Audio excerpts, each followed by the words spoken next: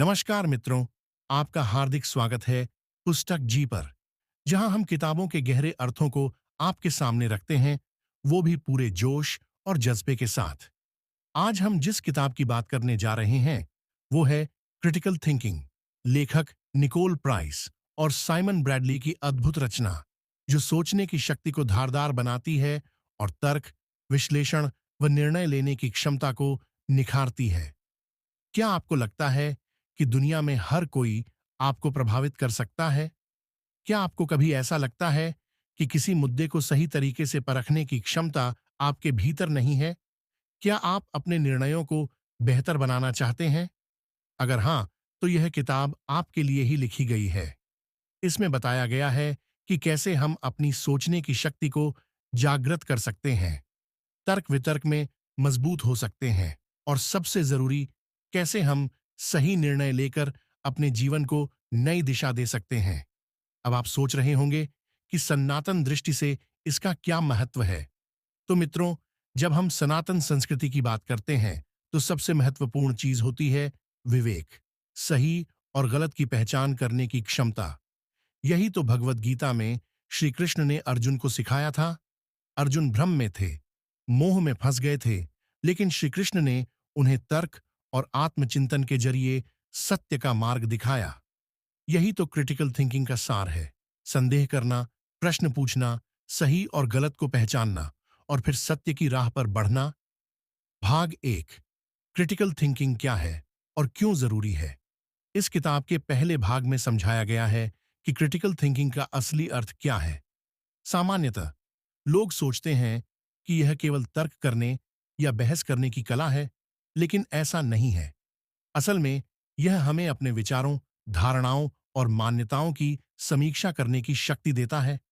सनातन धर्म में भी यही सिखाया गया है कि किसी भी चीज को आंख मूंदकर स्वीकार मत करो। पहले सोचो, विश्लेषण करो और फिर उसे आत्मसात करो। जब महर्षि चरक और सुश्रुत ने चिकित्सा शास्त्र की रचना की, तो उन्होंने भी परीक्षण और प्रयोगों के आधार पर निष्कर्ष निकाले।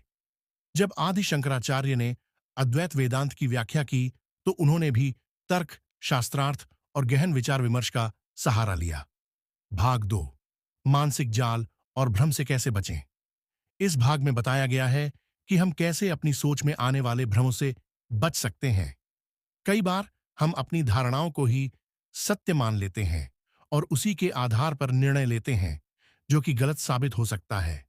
इसे सनातन दृष्टि से समझें तो माया का सिद्धांत यही कहता है कि यह संसार एक भ्रम है, और जब तक हम इसे तर्क और विवेक से नहीं परखेंगे, तब तक हम असली सत्य को नहीं जान पाएंगे।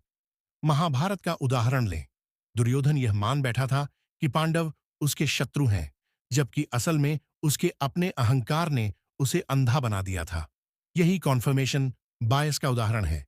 जब हम वही सुनना और मानना चाहते हैं जो हमारे पूर्वाग्रहों के अनुसार हो, भले ही वह सत्य न हो। भाग तीन, सही निर्णय लेने की कला। यहां पर बताया गया है कि जब हमें कोई बड़ा निर्णय लेना हो, तो हमें किन बातों का ध्यान रखना चाहिए। एक, तथ्यों का गहन अध्ययन करें। कभी भी बिना जांच पड़ताल के किसी बात को सच मत मानें। दो, भावनाओं को नियंत्रण में रखें। कई बार हमारे निर्णय भावनाओं से प्रभावित हो जाते हैं, जो बाद में गलत साबित होते हैं। तीसरा, प्रश्न पूछें और नए दृष्टिकोण अपनाएं। जितने अधिक प्रश्न पूछेंगे, उतना ही अधिक समझेंगे। चौथे, दीर्घकालिक प्रभावों पर ध्यान दें। केवल तात्कालिक लाभ के बजाय दीर्घकालिक परिणामों को भी देखें। इसी सिद्धांत को हम श्री राम के जीवन में देखते हैं। जब वनवास का समय आया, तो उन्होंने भावनाओं में बहकर कोई जल्दबाजी में निर्णय नहीं लिया। उन्होंने पहले परिस्थिति को समझा, फिर धर्म और मर्यादा के आधार पर निर्णय लिया। यही तो क्रिटिकल थिंकिंग का सार है। हर पहलू को तर्क की कसौटी पर परखना और फिर उचित निर्णय लेना। भाग चार, सोचने की शक्ति कैसे बढ़ाएं। यह किताब हमें कई व्यावहारिक तरीके बताती है, जिससे हम अपनी सोचने की क्षमता को मजबूत कर सकते हैं। ध्यान, मेडिटेशन और आत्मचिंतन, इंट्रोस्पेक्शन। जब हमारा मन शांत होता है, तभी हम स्पष्ट रूप से सोच सकते हैं। विभिन्न दृष्टिकोणों को सुनें और समझें।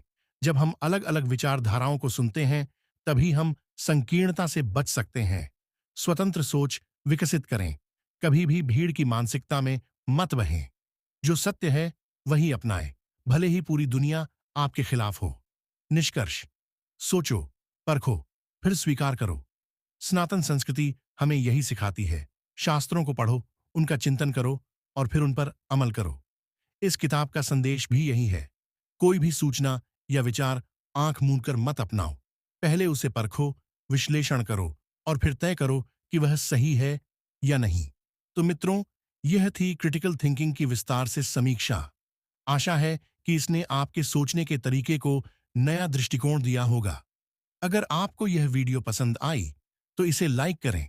कमेंट में बताएं कि आपको सबसे ज्यादा कौन सा भाग पसंद आया और पुस्तक जी को सब्सक्राइब करना मत भूलें।